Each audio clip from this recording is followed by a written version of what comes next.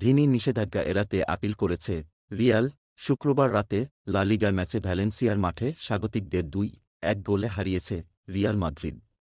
সেই ম্যাচে সরাসরি লাল কার্ড দেখেছিলেন ভিনিসিয়াস জুনিয়র। তার এই শাস্তির বিরুদ্ধে আপিল করেছে রিয়াল। কার্লো আনচেলত্তি আশাবাদী, নিষেধাজ্ঞার শাস্তি এড়াতে পারবেন ব্রাজিলিয়ান ফরোয়ার্ড। সেই ম্যাচের ৭-৯তম মিনিটে ভ্যালেন্সিয়ার গোলরক্ষকের ঘাড়ে আঘাত করেন ভিনি। তাতে এই ব্রাজিলিয়ান ফরোয়ার্ডকে সরাসরি লাল কার্ড দেখান রেফারি। আনচেলত্তি আশাবাদী ন্যূনতম ২ ম্যাচ নিষিদ্ধের শাস্তি এড়াতে পারবেন ভিনি। রিয়াল কোচ বলেন, এটা লাল কার্ডের ফাউল ছিল না, এটা ছিল হলুদ কার্ড, আর সে কারণে আমরা আশাবাদী সে কোনো নিষেধাজ্ঞার মুখোমুখি হব না। কোপা দেল রে ম্যাচে সোমবার চতুর্থ স্তরের দল দেপোর্তিভো মিনেরার বিপক্ষে খেলবে রিয়াল। আনচেলত্তি জানিয়েছেন, দলের সঙ্গে সেদিন কার্তাজেনা যাবেন ভিনিসিয়াস। আনচেলত্তি বলেন, আমরা আশাবাদী সে কোনো নিষেধাজ্ঞা পাবে না।